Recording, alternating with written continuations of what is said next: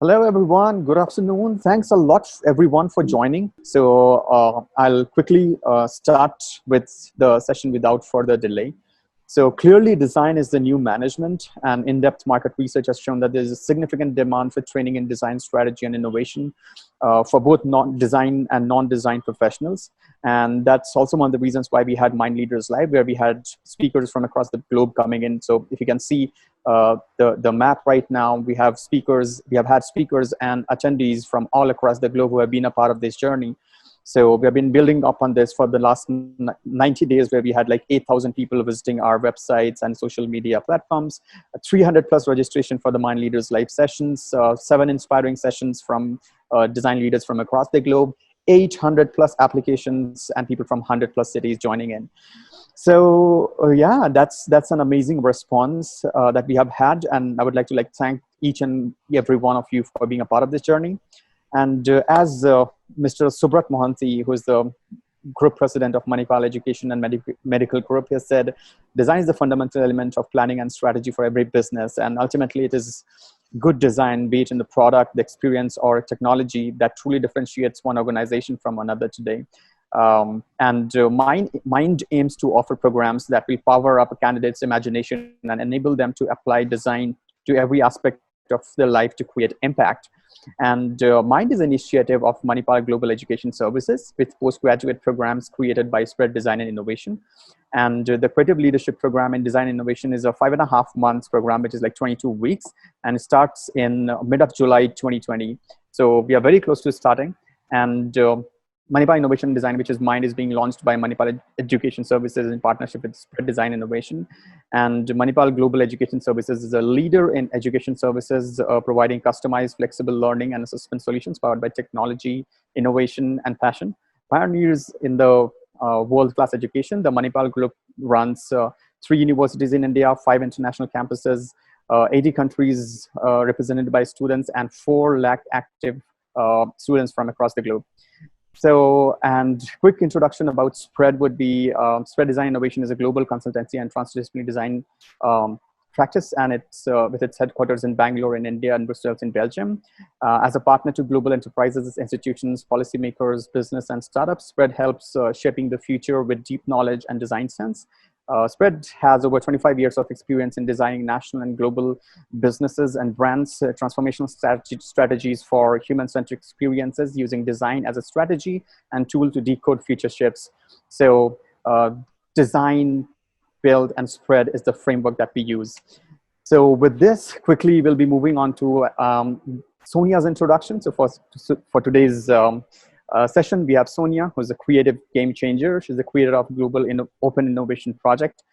She's a designpreneur who has set up more than one radical design company, leading massive businesses, brands, experience design projects nationally and globally. She's the founding partner, Spread Design Innovation, a firm on a sustainable farm and design barn, the first ever huge independent design incubation center.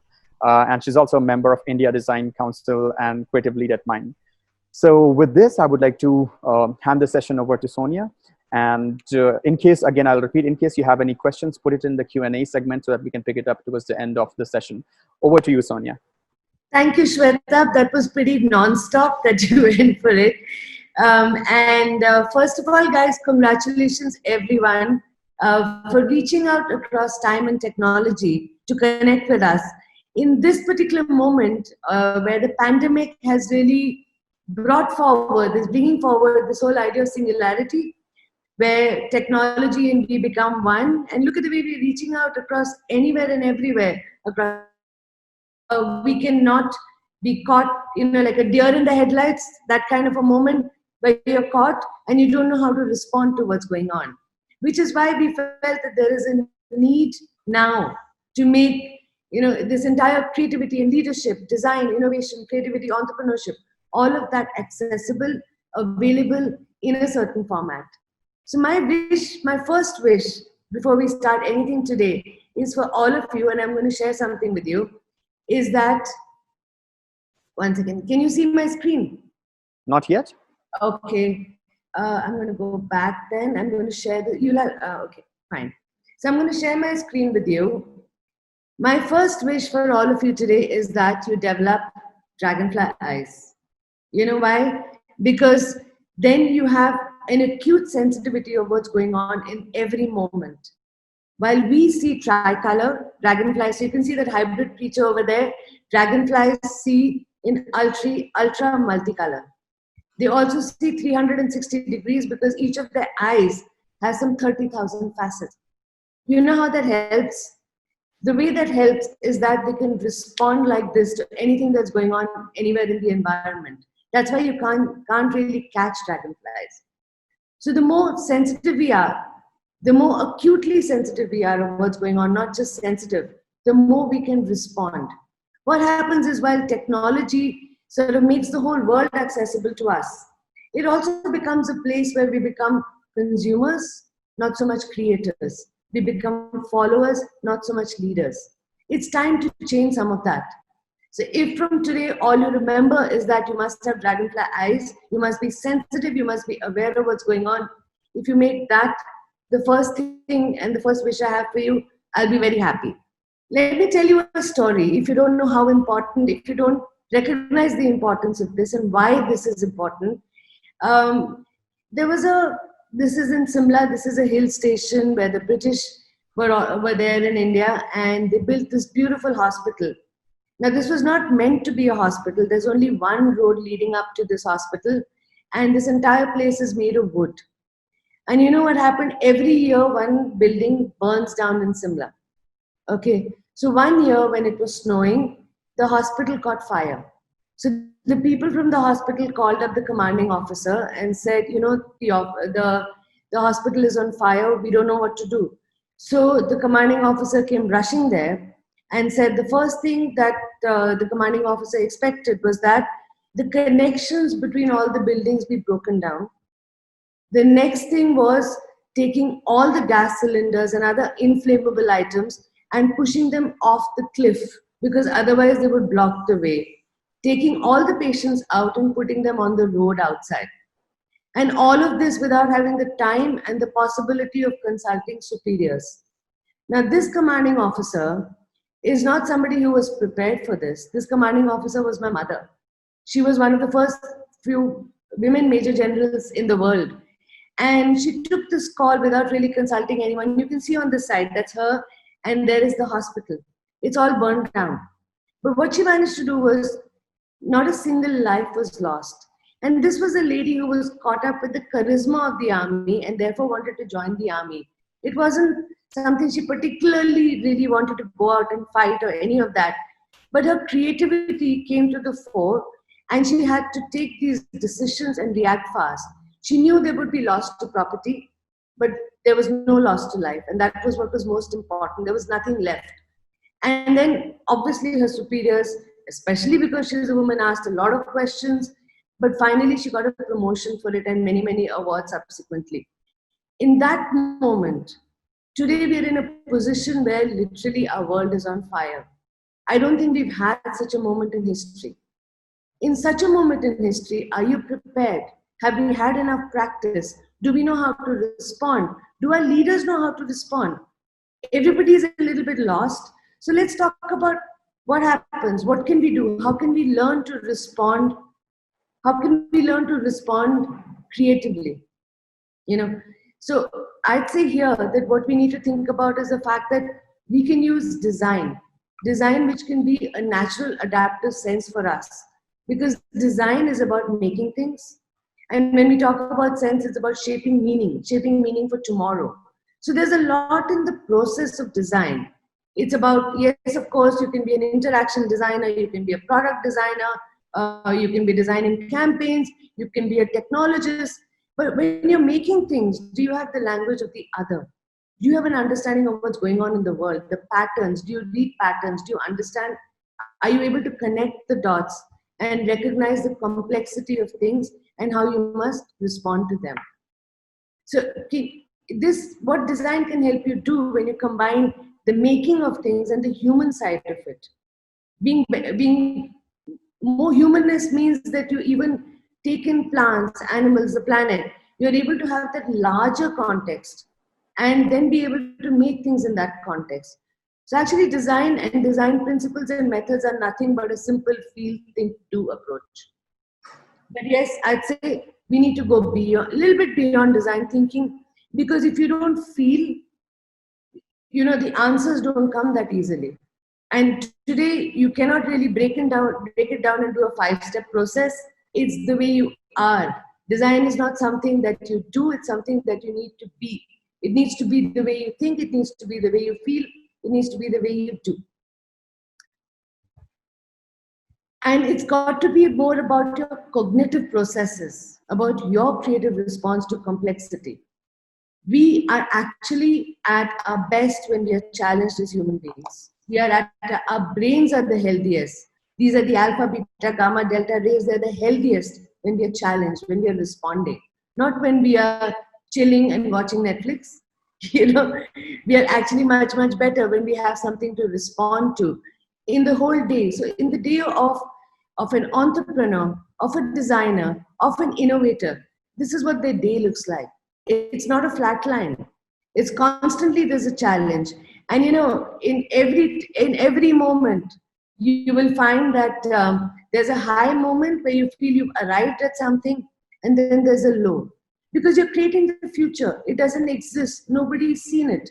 The future is created from the flow of ideas. Nobody's seen that future. And you're taking responsibility of creating it, shaping it, putting it out there for people to respond to it. That's very, very challenging.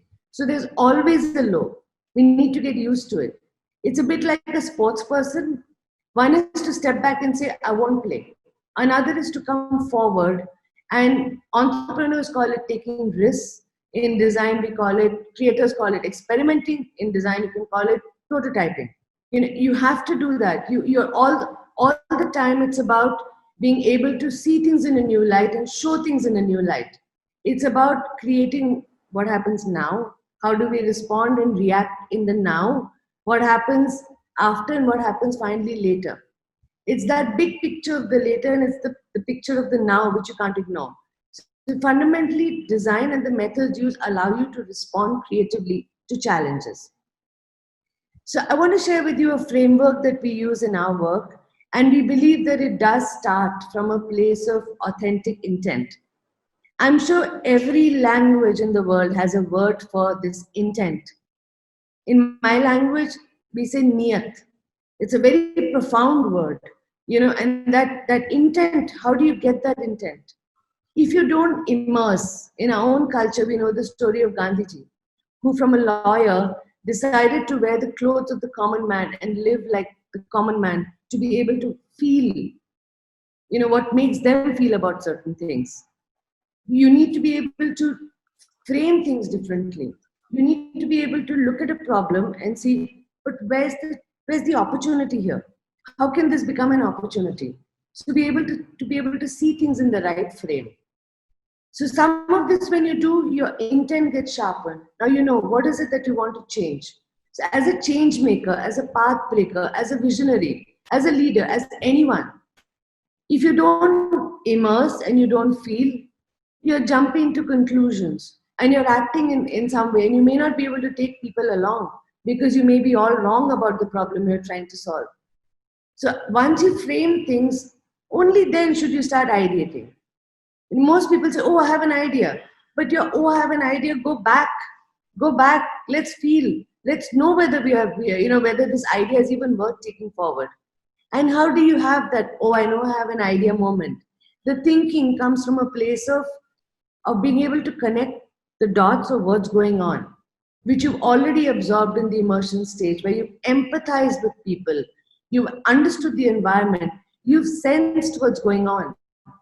You've looked at, even if you look at the word sense, there's the ability to be able to look at socially what's going on, economically what's going on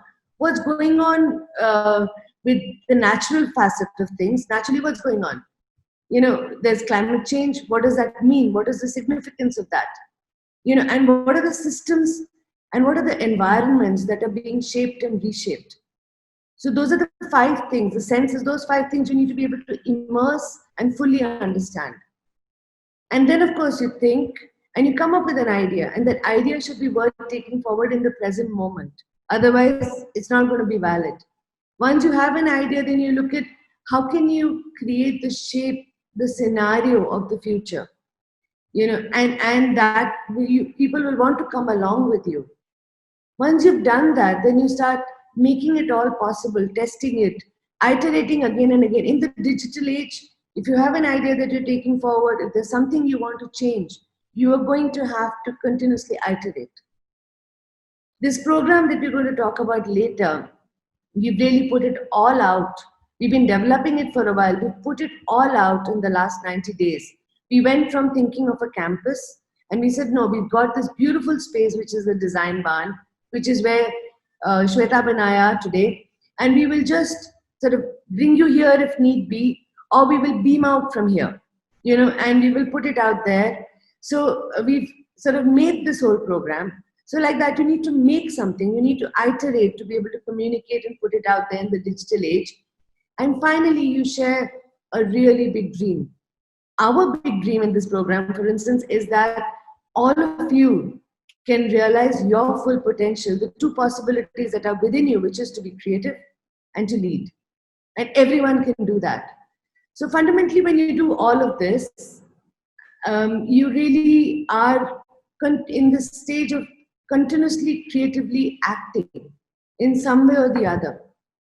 This may be through creating experiences, spaces, products, campaigns, whatever it is. You're putting it out there and you're creating impact. What happens when you are able to create impact? One word that I'm not included here, which you should keep in mind, is inclusion. The more people you take along, the greater your impact. Once you create that impact, you earn another word, which in our language, and I'm sure again you have a word in your language, in my language, is izzat, which is respect. An entrepreneur visited us the other day and he kept just talking about how he wants to do this thing where people will give him, he said, izzat. So it's earning respect. You earn respect and you're capable of earning that respect. You're capable of being much more. And this framework and this way of working the way designers do just gives you that. Besides that, and I'm not going to go deep into this, otherwise this will become like a huge class. So we won't go in there. We can discuss it at another time. You make sure that you're making human sense, you're making natural sense, you're making economic sense. You're using all the data that is available and making cognitive sense. You're using technology far more wisely to make us more human. You are creating beauty and truth and being aesthetic. And of course, when we wake up every morning, we want something new to happen. So you're making evolutionary sense. It feels all new. You feel like you moved ahead in life and not backwards like what's happening to us now. That is what we hope for you, and that is what we think this framework and this metric will give you. So I just want you to remember these words, which is intent.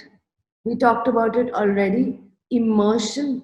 It's like dipping into water, like be a tea bag if you have to be, but immerse fully. Only then you get a moment of insight, and insight is the truth. Be it with your children, be it with your boss, be it with the customers, users, that moment of insight is the most important thing. It tells you why something is happening the way it's happening. To be able to ideate, to be able to imagine, to be able to seed big dreams, big inclusive dreams.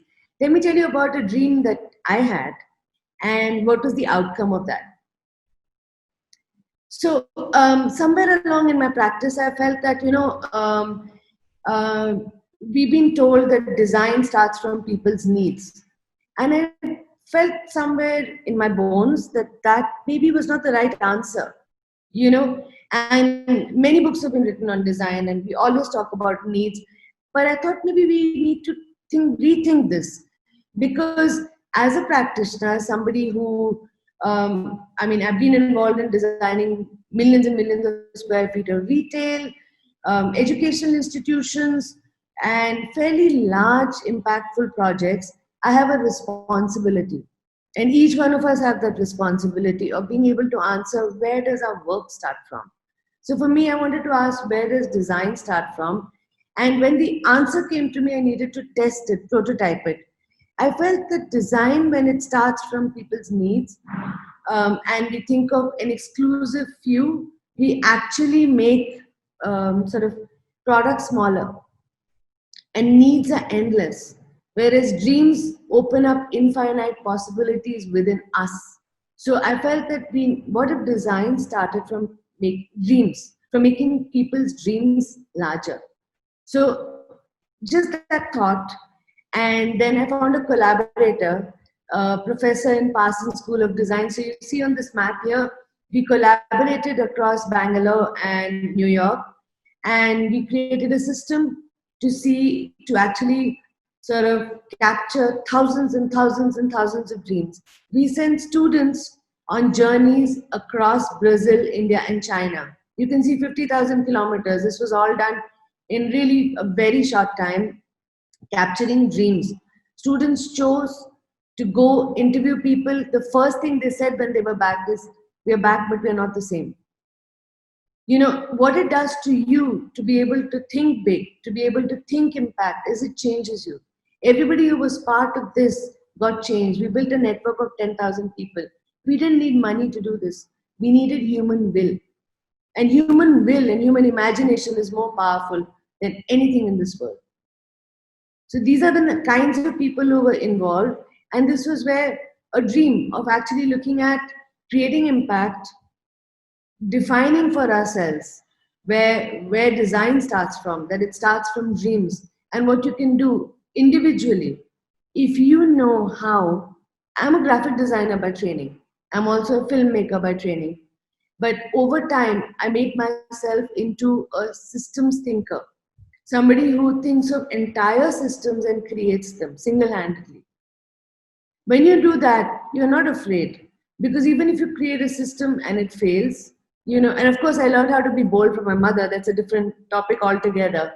But if you create a system, it fails, doesn't matter. You can sort of study it and create a system again. It's an ability you build into your mind to be able to see this entire thing which other people can't see, and you take forward. And you create a dynamic society when you do that, where everyone moves forward. So these are just coffee plantations in Brazil, dance teachers, students, some 10,000 dreams that were captured by people who we trained to do this. There's even, if you see somewhere in the row, there's this guy with this funny hair. He's an entrepreneur who flew down from America to meet us in Bangalore. This is the first time he set foot out of his city, forget his country. He came down because he said, you know what, in my country, people don't think that a black guy, his words not mine, black guy with hip hop swag cannot be an entrepreneur. And I want to change that. You have to want to change things. You know, so what this did, for instance, and which is where I'm encouraging you to take these steps, go forward, do the things you believe in, use design systems thinking, use an innovative mindset to do stuff like this. If you see, this is Metropolis magazine. I went to New York as a student. I bought a copy of this magazine, and it was a big investment. It was expensive. I had to think a lot before buying it. This magazine typically only puts the biggest American projects on its cover.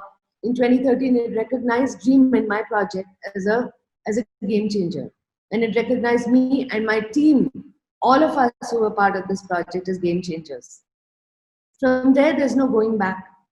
I continue to be a graphic designer, but there's no going back.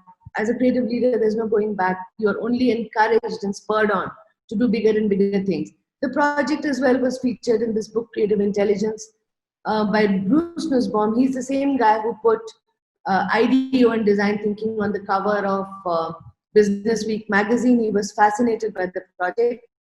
And then so many global books about design have talked about it. These things change you. If you don't take risks, if you don't experiment, how will you change? I'm going to bring it down to how you can apply this sort of thinking to your work. So, like I said, you may be a UX designer, you may be an interaction designer, you may be a filmmaker, you may be a marketing guy. But the minute you can co-create, you can actually work in the way designers do, the kind of value you can create is really something else. Here's a project of ours, and I'm taking this really a smaller example to be able to show you how this works. So this is a project where a company, Hexaware, typically into services, was creating this product and needed to bring the team together to be able to create a bigger vision of this product. And they worked with us at Design Barn, they worked with Spread, and yes, we did design the website, and of course we did all of that. But before that, we aligned everybody and made them work in a whole new way. So you can see what the teams are doing.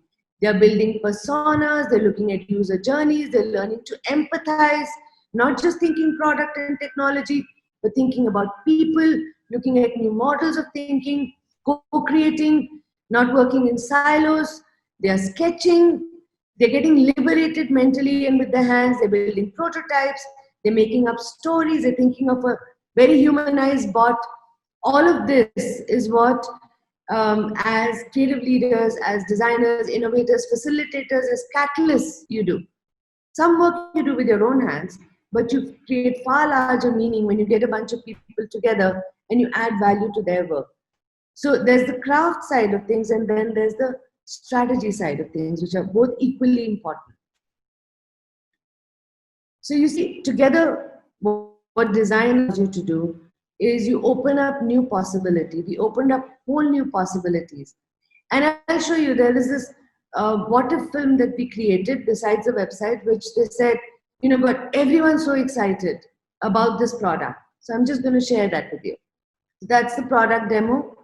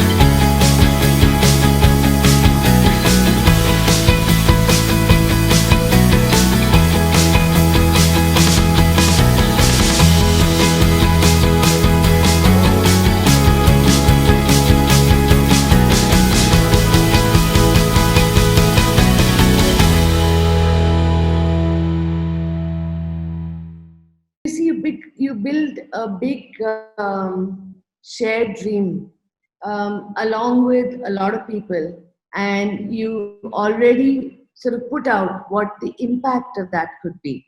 Let me show you another example.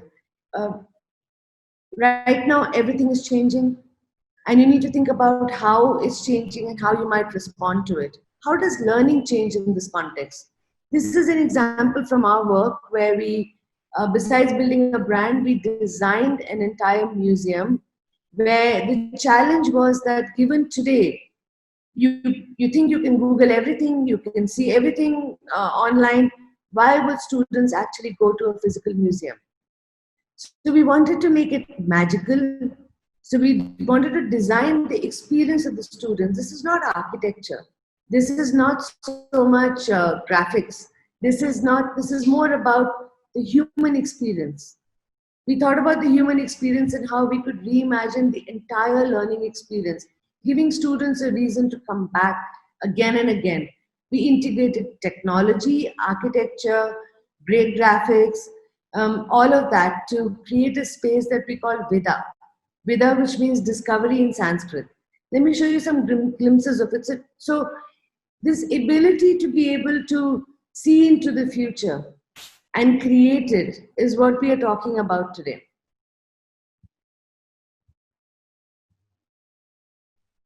So you see, we fondly call that machine the microwave, where you put a heart in there and then you can touch the screen and the graphics come up and it's like magic. And it looks so beautiful. It looks like something like an ethereal space.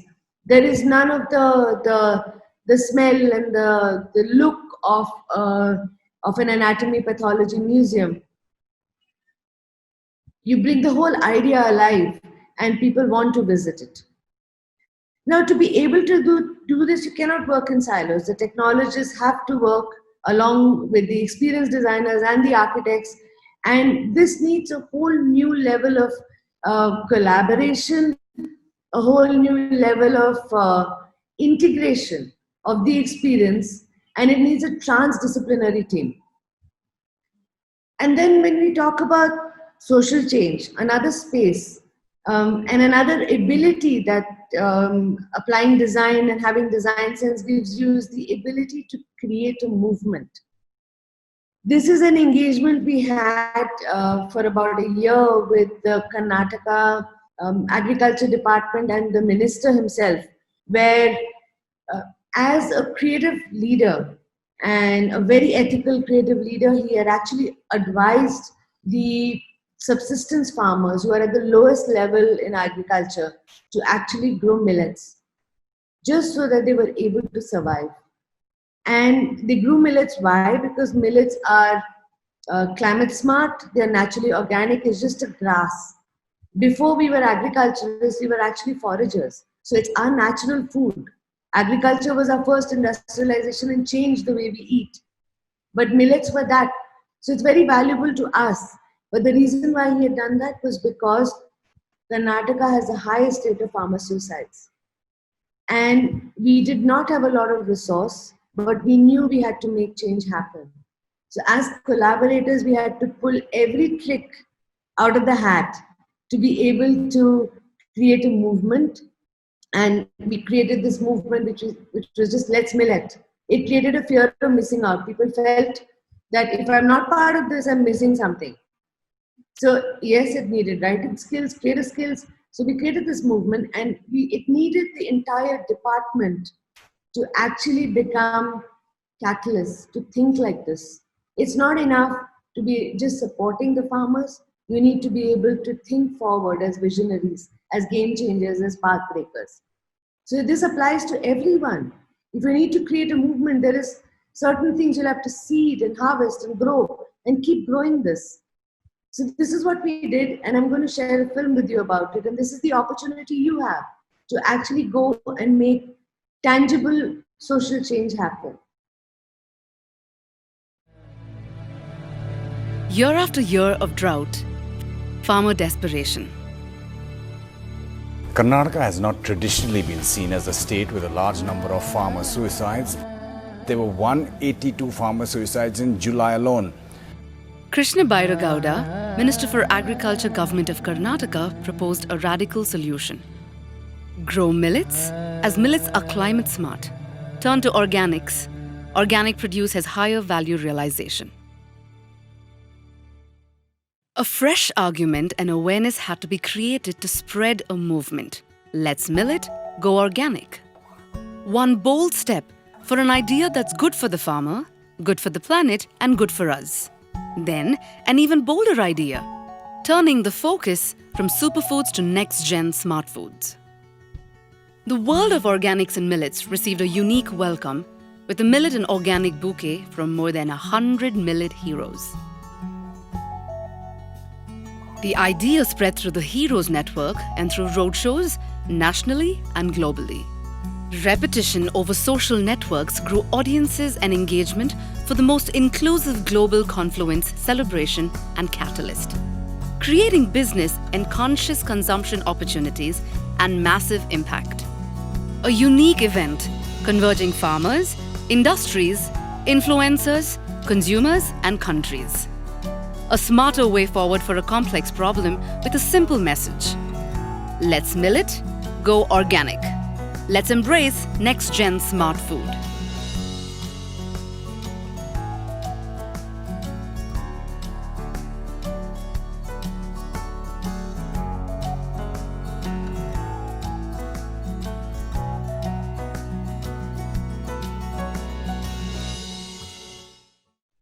So you see, outcomes matter.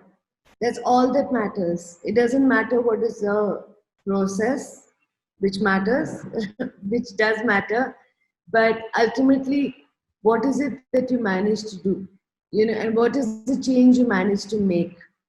So, in our own work, we felt that we need to make that change after having spent so much time working on super large projects with governments. We worked with the national highways.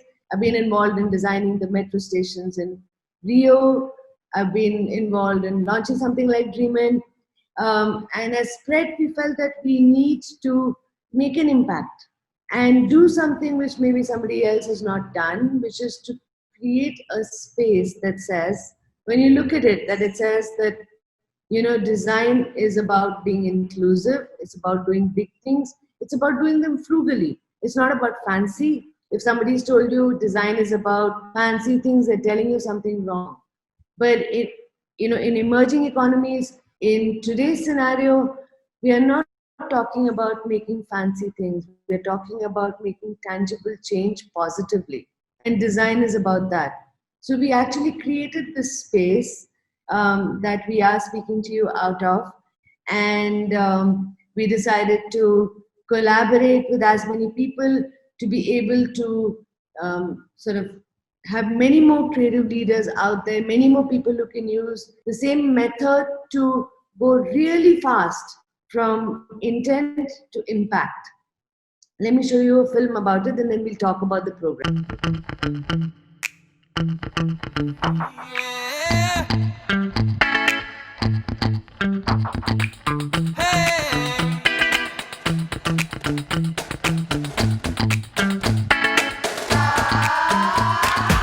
When I saw this place, I have so many things happening in my mind.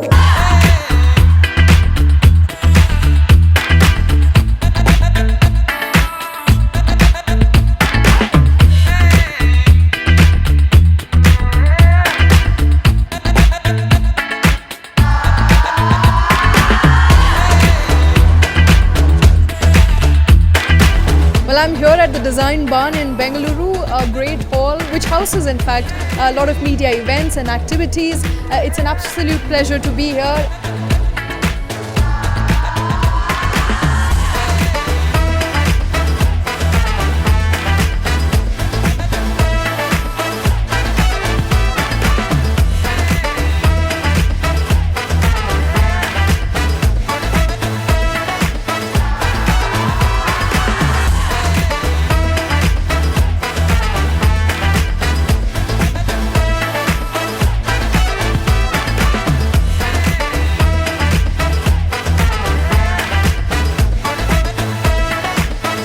Here I am doing a trip to India to come see this place with my own eyes, and didn't disappoint me.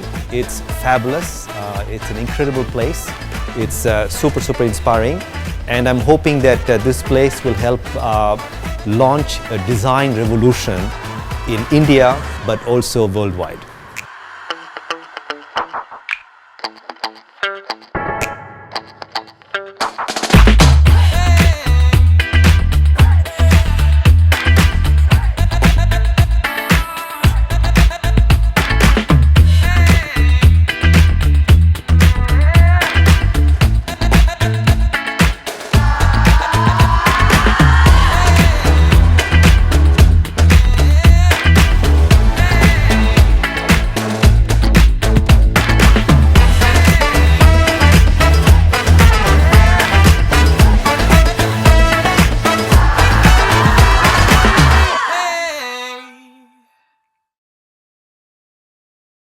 See, we can't launch a design revolution worldwide without having a lot of us there.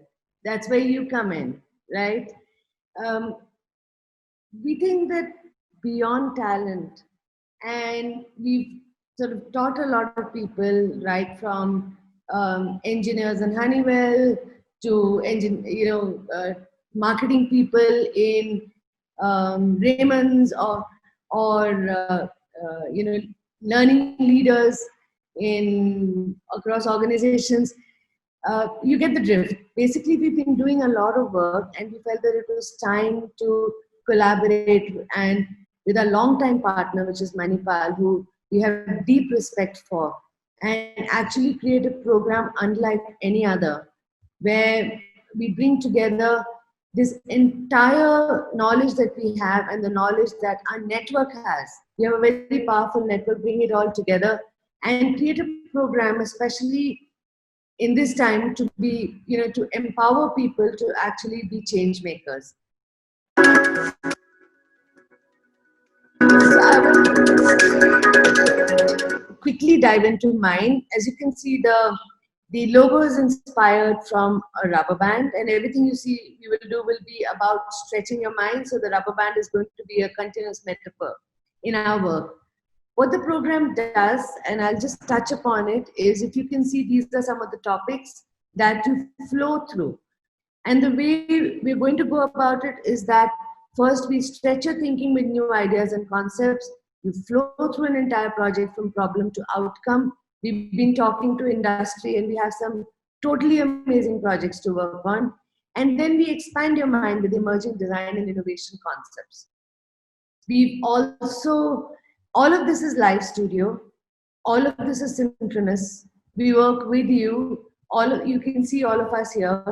Alok is our partner in Brussels. All of these people, you can go Google, connect with them on LinkedIn. These are people you should already add to your network.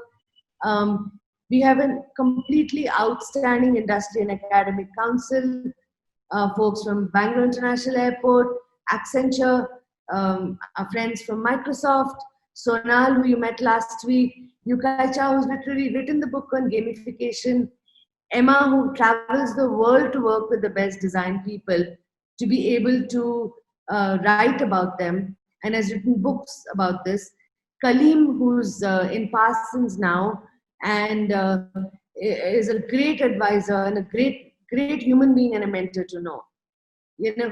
These are some of the kinds of people who you will add to your network while you work on challenging dares from the industry.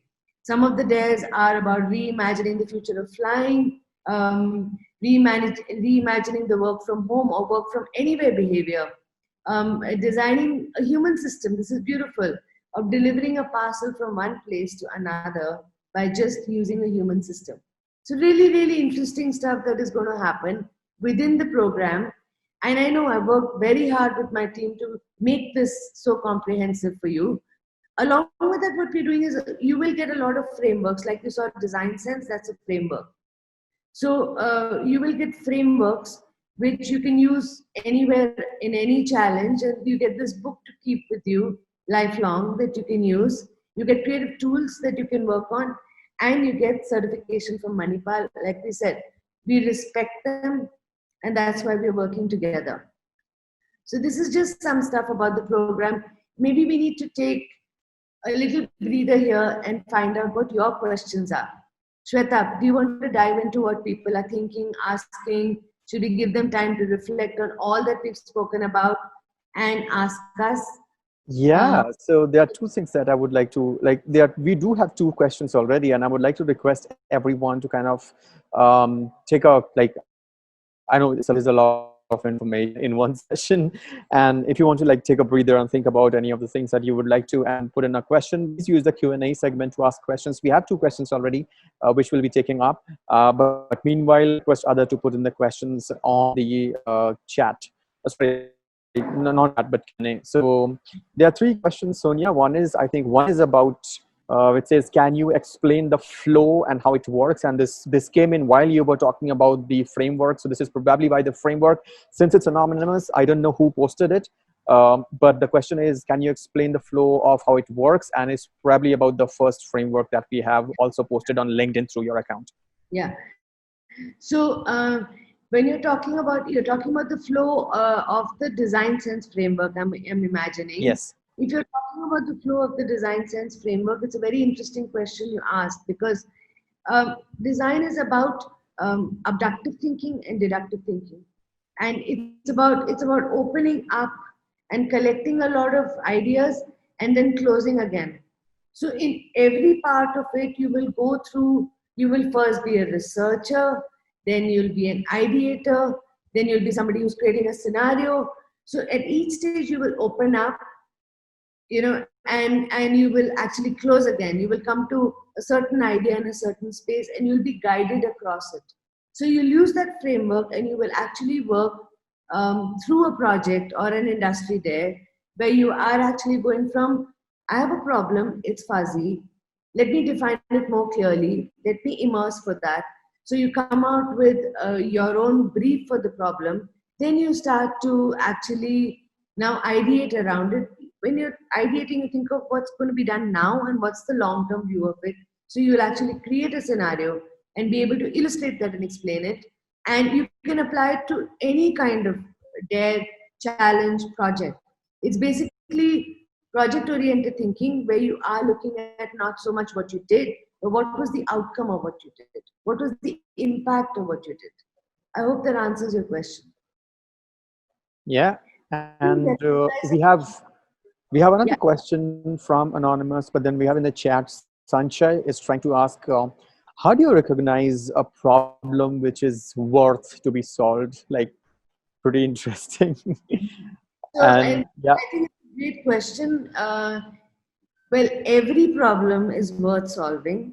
Maybe what you're asking is, in our program we are looking at, or in our experience as a design firm, we have mostly been given fuzzy, complex, wicked, tricky problems to solve. And mostly we've looked at things which have fairly large impact. It's mostly inclusive. That's why I keep using the word inclusive. It's got to be for more people. So those are the kinds of problems we will be looking at, which are more future oriented and are a little bit complex, little bit wicked, little bit tricky. Because when you learn to do that, like I said, there's no going back from there. The easier, simpler problems where the answers staring you in the face, you can easily solve it. Yeah, thanks, Sonia. Yeah, I mean, yeah, it's always tricky on what to start, but I think it also comes from what you strongly feel about. Yeah, Shwetab, I wanted to add here that if somebody is an entrepreneur and wants to come in and says, you know what, I want to learn and I also want to solve my own problem, that's possible too. And on the industry days and projects, what will happen is that you will work in groups of 3 or 4 where you work together, and there will be diversity not only within the cohort but also within the smaller group. And I can tell you this, that there is no such industry-oriented, practice-oriented program today. We are working very hard, and we work very hard to make sure that from an academic standpoint, we have the best frameworks, tools, and knowledge that we're putting in, the most current. But from a practice standpoint, the kind of experience the team that's leading this has in solving real-world challenges, I don't think you'll find elsewhere. And that's what gets us excited about this. To think of the fact that we'll have 60 to 100 people in each cohort solving complex challenges and going out as better leaders. For me, this is really the scale of agreement I would have imagined. And as for Spread and Manipal, we know that this is really something incredible that we'll be seeding and unique. How many are needed per week? Basically, what happens is you work over the weekends. It's a 5.5-month program. So first half day of the week, and as you're working on your, and we've tried to see that you don't work outside of that. You learn, you apply outside of that. So it's the weekends, and we give you additional things to read, to look at, inspiration, loads of stuff for the week. You can independently work on your challenge over the week, but all because it's online and you need to collaborate. For us, it's very important that we do it within the course timings. So how much real world experience do you get? Well, on each framework and tool that you apply, you get a problem to solve, and then you get a dare to work on. So you will learn from each other. You can actually sort of jump across and help somebody with what they're doing, but you will get to work on something very tangible and industry oriented. Shweta, can you explain the prerequisites for the program? Yeah, so the prerequisites for the program is, if I like talk formally, it's basically a graduation because there's a postgraduate certification, and along with that, a couple of years of experience will be really helpful because that kind of uh, takes you out of the academic bubble and puts you in the real time for you to have some experience on how things work out in real life. And about the people who are signed up, we have a pretty diverse cohort, which is diverse across cultures, geographies, uh, practices, and professions, and also years of experience. So we have freelancers signed up, we have employees who are signed up, and then we have entrepreneurs who are signed up, both from design and non-design spectrum. So pretty diverse in terms of cohort, but the minimal requirement would be a graduation. And on top of the graduation, if it's a year or two of experience, that would be great. Somebody's asked about how much of real world experience do we get in learning and applying frameworks in the program. Also, what kind of access do we have with mentors and network?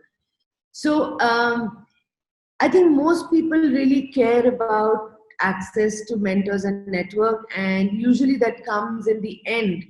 What we did, and this is again because we designed the program differently and carefully, we brought that to the front.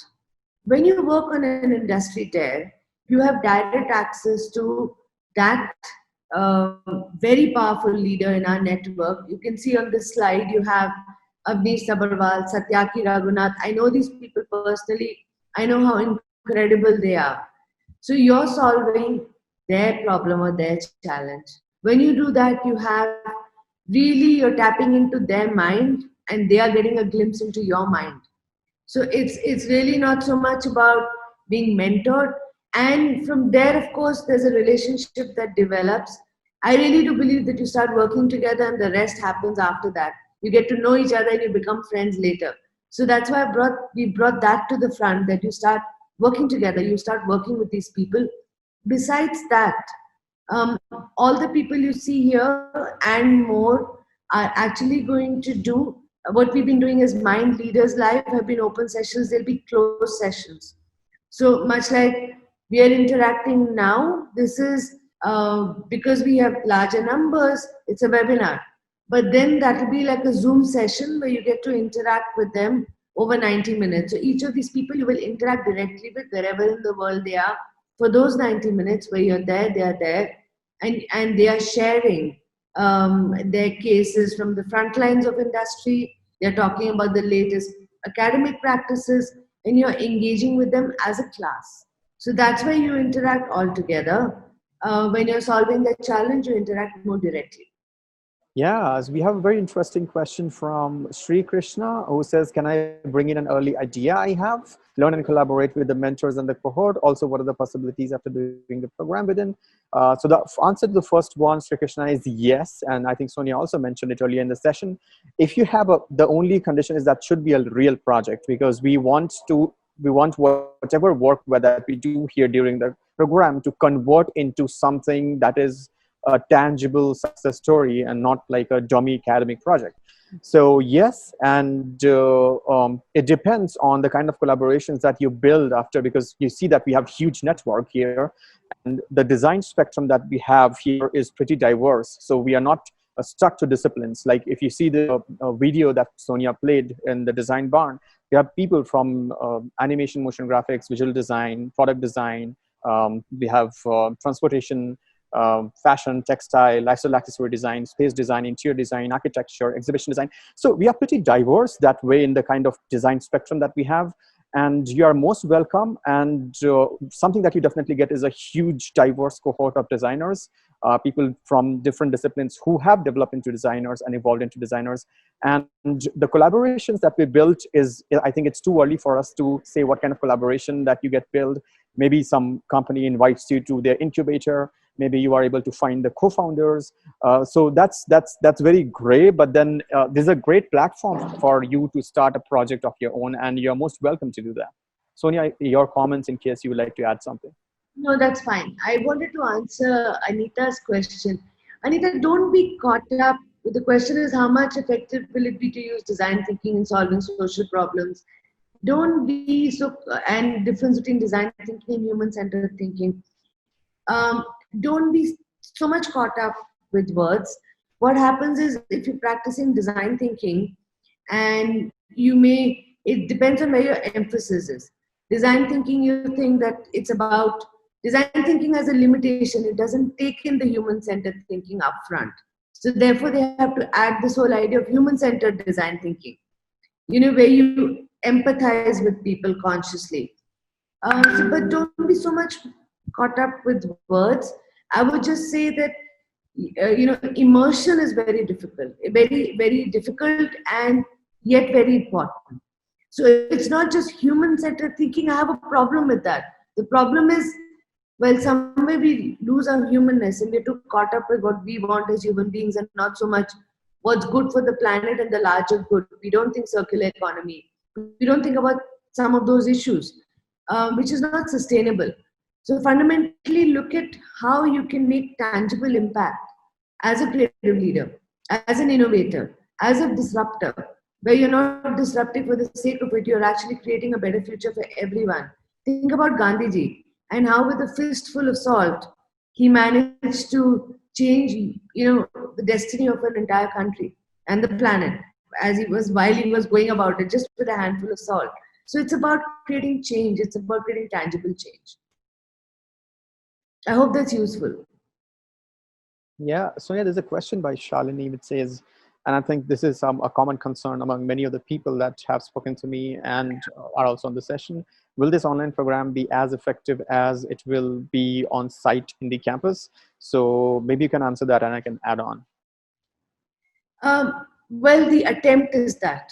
How can we guarantee that? I cannot guarantee you that. All I can say is, in the design of the program, we have made every attempt to bring in the best people, the biggest challenges, the best tools. And I personally feel, in some ways, by doing this, it gives you a very diverse cohort. We have people from Lebanon, we have somebody from Beirut, we have somebody from Dubai, we have people from all over the country. It gives us a diverse cohort. It allows you to learn to be more effective.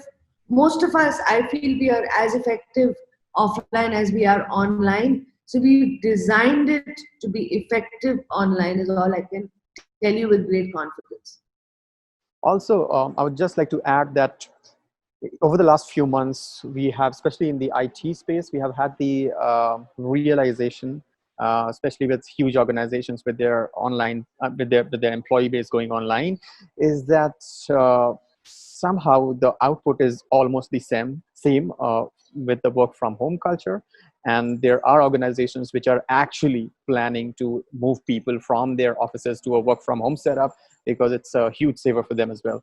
So as long as productivity is concerned and as long as output is concerned, I see that there's a huge realization for people in the last few months that a work from home or an online setup could be as productive as an offline setup.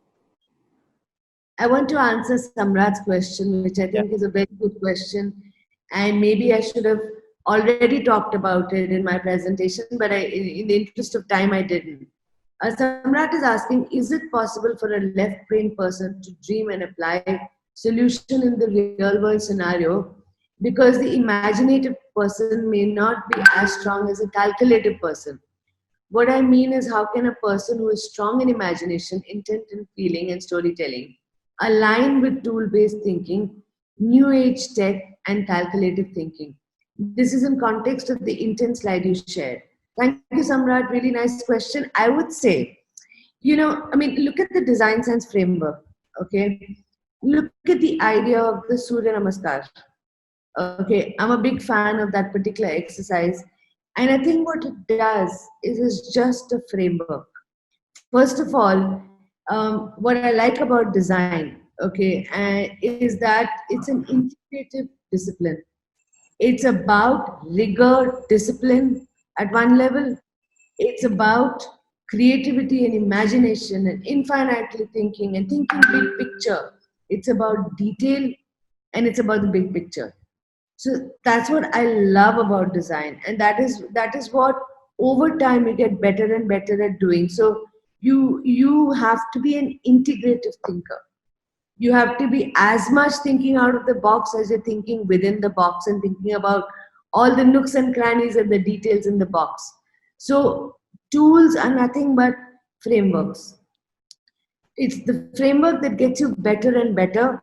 And the more frameworks you have, you know when to apply it. To give you another example, again, a framework we didn't share, but you'll get all of this when you are in the course, is to think about students and what they want out of this course. We applied another framework, which was the hero's journey. We looked at any one of you who's here today, and we thought, what do you want most? You want to make a jump. You know there's greater possibility in you, but you don't want to just grow in a linear sort of fashion. Shweta, I've been in design, so, and I've been an entrepreneur, so that's my story. But Shweta has made that jump from an engineer to somebody who's far more ambitious in the design strategy space. So these are just tools to help us figure that out. So we thought about that jump and we designed the hero's journey through the course. We know there are moments where there's a dip, but then there are moments we lift you up. Again, I won't go into details, but basically, I'd say integrative thinking, tools and frameworks as just something that gives you a scaffolding to be able to solve problems, embrace opportunities, and be a little more fearless. I hope that's useful, Samrat. Yeah, and I think there is one question about the sense of like everyone is born with a special sense of creativity, and do you feel the course can bring out that special sense? This is by someone anonymous, so would you like to address this, Sonia? I would say only if you resist, that creativity will not come out. If you have a mind that's open, if you have a mind that's elastic, and that's what we help you build, to have an open mind. That's why in the first part of the program, the first phase, which we call the stretch phase, the idea is to open up your mind, make it flexible, make it open, and then you flow through a project. So, you'll have moments where you feel like, shit, I can't do this. I'm not going to have a solution. And then there are high points where you feel like God because you're so creative, and that's just part of the course. That's just your everyday life. You will flow through these ups and downs and get used to it and want the next challenge and the next challenge and create outcome out of it, which gives you a very different thrill. Even if it's a bad outcome, at least you'll know where something failed. You learn from even that failure. And then finally, in the last phase, and that I'll be honest with you and say we've not finished the work on that. We're still working on that because we want that to be outstanding. We want to completely expand your mind with the latest ideas about, be it nudge theory, behavioral economics, bring in that where you can always look at the larger picture and look at the big impact picture and never lose out on that. Yeah, and thanks, Sonia, for answering that. We have for Akshata, who has asked a question in the chat box. I will request everyone to ask in the Q&A segment, which makes it easier for us to pick up. But the question from Akshata is, what amount of time investment are we talking about here? Can we manage it with a regular job? So the answer to that, Akshata, is that this course is specifically designed for people who are in their regular jobs in order to help them take up this course without having to leave their jobs and go for a full-time course, because that's a blocker for most of the people. You cannot, because leaving out, like quitting your job means, like, in addition to the program, you're also paying with your losing an year of income or half a year of income. So yes, this is specifically designed for people and professionals, and the time commitments along with the financial commitments are very well taken care of, and this will fit really well on your calendar because the major part of the engagements happen on the weekends, and there's very little that flows over or spills over to the weekdays. So yes, this is specifically designed for working professionals, keeping their schedule and the work commitments in mind. Harbhajan, you've asked, I've already registered, but I'm clueless as of now. What will be my learning? What will be the schedule and duration, and how much time commitment will be required? On the 11th of July And I think Shweta and Raji will send you a team. That's the next. You'll get to know more and more people as you go along. And we have an induction where you will know all the details. Don't worry, we won't keep you in the dark, because we are system designers. We care about creating a hardworking system, and you will know exactly what's going on. Yeah, and the people who have already signed up and enrolled in the program, I'd just like to say that I've had certain questions around further information. So we are running an induction program on July 11th, and that's when the entire flow of the program with the details would be shared with the people who are signed up. And it's only for the people who are signed up because it's only relevant to them. We have a few more questions. Again, I think there's another anonymous question on, can we manage it with a regular job? The answer is yes. And most of your commitments is on the weekend. The most important thing is, the way it's broken up, you will go back having learned something all the time, which you can then apply. And our lines are open during this entire program. So if you have something you want to share, you've applied a framework to work you're doing, because our commitment is to you. So if you're doing some work and you're applying it, we want to see it. It's not something that you can do. It's something we want you to share with us. We want you to apply it. We want you to share it. We want to see you changing every week. So yes, it works. It works when you have a job and when you're doing it, because and of course you can also reach out to us, get us to talk to your L&D people, your boss, and we can counsel them as well on how this will benefit you. And and of course they're the ones who reap the benefit of it as much as you do. Yeah, and we have in fact had we have people from different organizations who kind of shared this with their company, and the organization has funded their course fees also. So that's totally possible, and especially if you have a program where you are kind of adding some value, or you're picking up maybe a prototype that's like on the shelf from one of your innovation leaders, that could also be a great way to be a part. I think there's a very interesting question by Ankit Agarwal.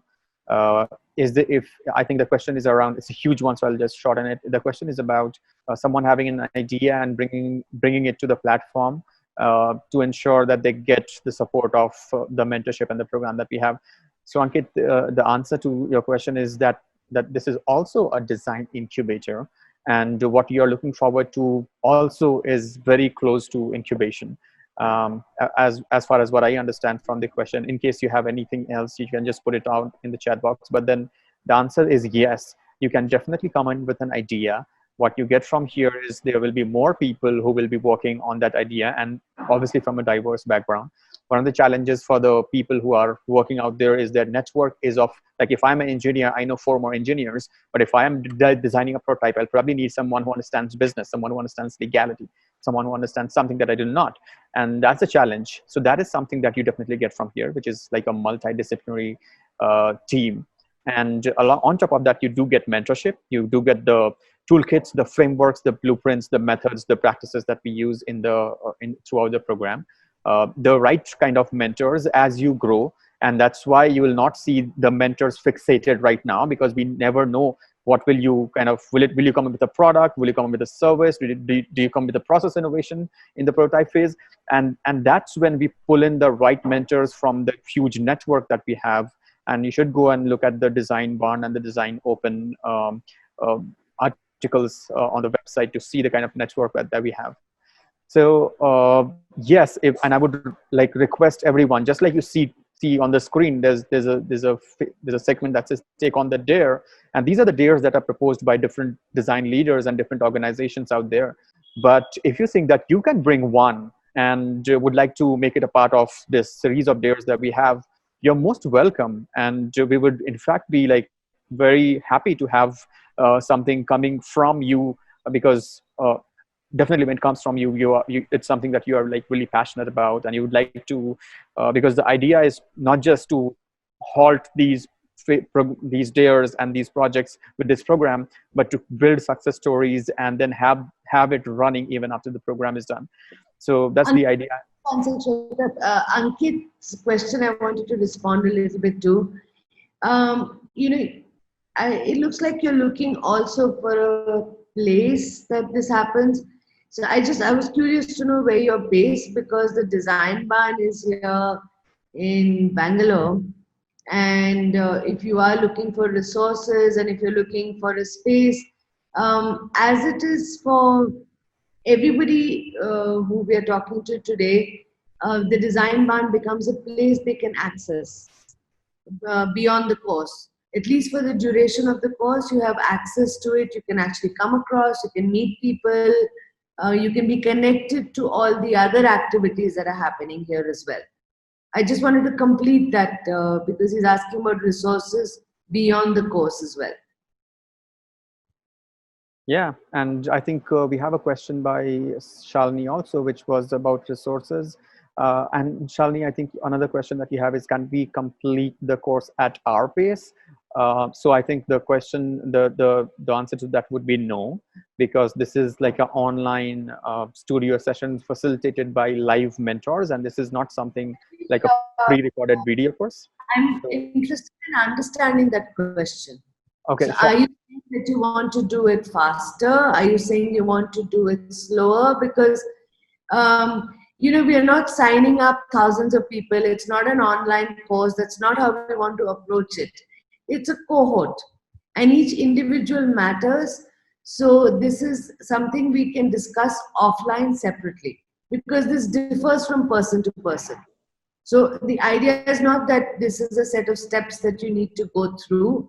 It's you need to be able to do that industry there, and you need to get all this knowledge. And since the mentors are making themselves available, they can't do it one by one. So that's a challenge.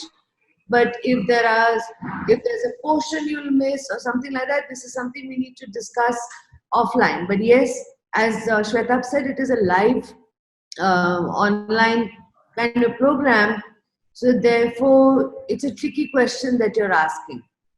And to Nikita's question about sharing a link to the course, I'm going to request Sudhir to do that right away. It's in the chat box. Yeah. I just put it in there. Great. Okay.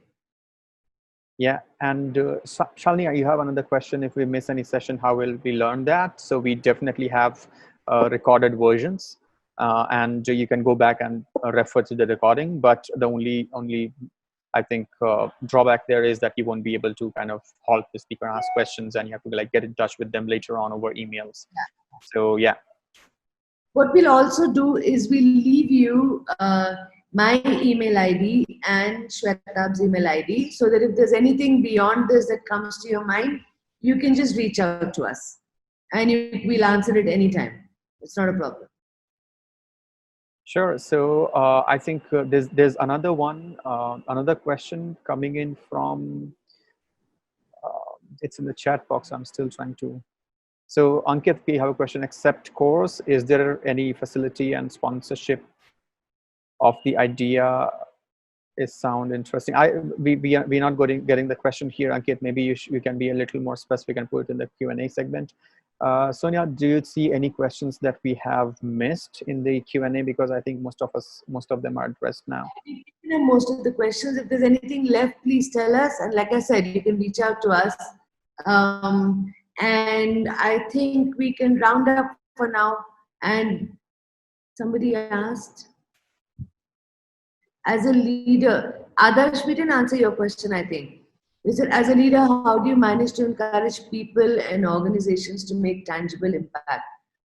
I'm asking because when we talk about design and innovation, we might get immersed in discussion oh my God. Okay, this is a very important question, and I'm sorry if you missed it earlier, because it's a question of culture. Okay, and if we start with a small group of people, such as yourself, to actually create tangible change within organizations. Okay, But then what happens is this needs to spread across. So organizations like IBM have actually tried to make sure that everybody is trained in the design and innovation methods, so that that's the approach they take. But organizational culture, a lot of the times, is a big innovation killer. Because if everyone doesn't get it, if everyone is not into experimenting, I'm not even saying taking risks, then there's going to be a challenge. But I do think, though, that disruption is a nice buzzword people have been sort of putting out there. But now we stand in a moment in time when our ways of living, working, everything is disrupted. And I think organizations are going to recognize sooner than later that they have to sort of self-disrupt, they have to create new value, they have to think afresh. It's like, in the forest of time, all the trees are burned down. So there is time to sow new seeds and create new growth and create new outcome. And that's not possible. You can't just preserve. You have to, things have gotten destroyed. You can't preserve things anymore. You have to create afresh. So I think organizations and people are going to be encouraged to actually make tangible impact, and there's going to be no option to that. We're going through a period of great transition, actually. Yeah, I hope that's answered, Adarsh. That's a great question. Do you have more questions, guys? If you have anything, can you just put it in right away in the chat box or the Q&A segment? We'll try to take up a few more maybe, and then close the session for the day. So in case you have something, please put it in. Otherwise, I think we are good with the session till now. And thank you so much for all of you for just being here and asking and having this conversation with us. For sticking around. We normally do these sessions which are not over an hour, but we thought we'll give it time, and as much time as it needs to answer questions. So we don't have to shut up. We can have our ginger chai and not have to wait till the end and keep everyone waiting right till the end if we've answered all the questions. Something that I would like to mention is that some of the people have already applied from the website. I can see a few applications. So what we'll do as a follow-up is that I will be writing you an email right now, and you will get details of the program along with the brochure and the curriculum. In case you have anything that you would like to get more clarification on, you can just write back to the same email ID. That's my email ID, or you can reach out to me over there's my contact number in the email as well. So yeah, thanks everyone for joining, and I hope the question are answered. Sonia, sorry, you were not audible. In case some closing words before we close it. So I've shared all my contacts and the URLs also on my screen, and I'm going to go back to my first wish that I want you to stay safe. I want you to stay creative and stay happy, and keep those dragonfly eyes on and be acutely sensitive to everything that's going on, so you can navigate very easily, learn, and earn a lot of respect in this time. All the best. Yeah, something that I missed answering, one of the questions was about the fee structure. So there are multiple models in which you can pay, and then there are installments, then there are group structures. I would request each one of you who are interested to learn more to visit the join page on the Mind Global website, which I have shared, and that has a detailed description of fee structure. It's a little difficult to share it in words, and I think we understand that. So I would request every one of you to visit the join page and take a look at the fee structure, because it's numbers, it's difficult to explain in a conversation, but you'll get all the information on the website. It's mind-global.com. It's also in the chat, and all of you will get, each one of you who have attended the session would also get an email with the details and the brochure and the curriculum along with the fee structure. So thank you everyone for joining. Thanks a lot, Sonia, for your time. Thanks for an amazing session. Thank you for your amazing questions. I hope we keep in touch and we kind of are able to work with each other at some point of time through this program or later. Thanks everyone for joining. Have a nice day again. See you soon. Bye-bye. All the best.